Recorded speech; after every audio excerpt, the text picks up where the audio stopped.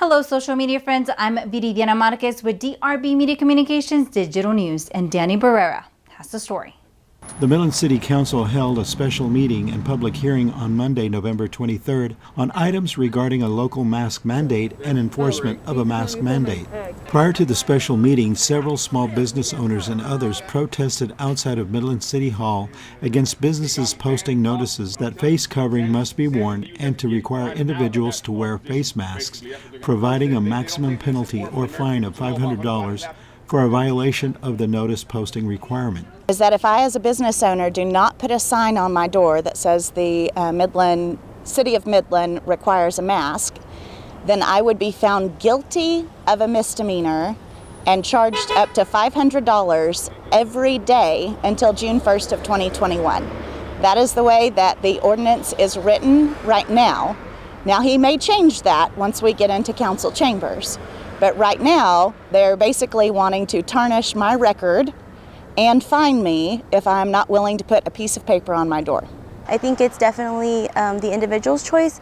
They've never stopped us from overeating and getting obese, so why should they all of a sudden care so much about our health and force people to wear masks? The City Council approved a resolution approving a grant of funds to the Midland County Hospital District in the amount of $1,376,572 for projects related to COVID-19. But they're looking at the entire JRAC region, which is a lot of small critical access hospitals out in the community, and those hospitals don't really hold. I mean, if Martin County has a patient that gets COVID that needs to be hospitalized, they send it to us. So those hospitals have almost zero occupancy of COVID. So you combine all of those beds, we've surpassed the threshold of 15% occupancy of all the beds in our region for 7 consecutive days.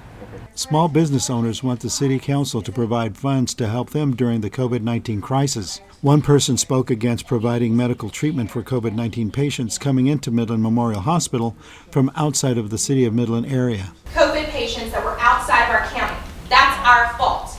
Now we need to fix it. We've halted it. We told them to stop coming.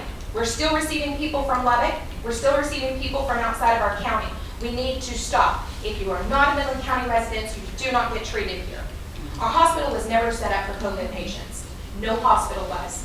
We just gave them $1 million. In that $1 million, it wasn't for them to mandate. I respectfully disagree with the citizen that speaks about us not accepting patients from out of county. My mandate is to take care of anybody who's sick whenever we can. Whenever we open up beds, we accept patients. When we get them full again, we close it out of county. We will never turn away patients from Midland. We will never turn away any patient that's in need.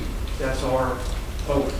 Various versions of the local mask mandates and enforcement of the mandates by the Midland Police Department failed. Small business owners were pleased that the mandates did not pass. However, other attempts of a mask mandate by several members of the Midland City Council will be presented to the council at a future time. Well, there were multiple parts of the plan, and if you have a copy of it, then you could see what it was going to do. And I struck some of it because I felt that some of the items on the agenda today would cover that, and so I think it was like duplication of language, and I didn't need to keep that in there. And other parts of it just didn't apply anymore because of the money that we were giving to the hospital, and they could utilize that money to address some of the items that I had on my plan.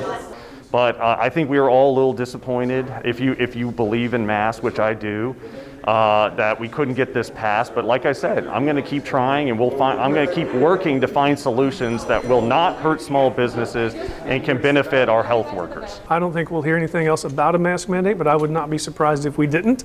I would hesitate to guess on what we might hear in the weeks ahead as things change and as things move. The Midland City Council did approve the governor's order requiring individuals to wear a face covering, and business owners and operators posting signs stating that wearing a face covering is required when inside the business.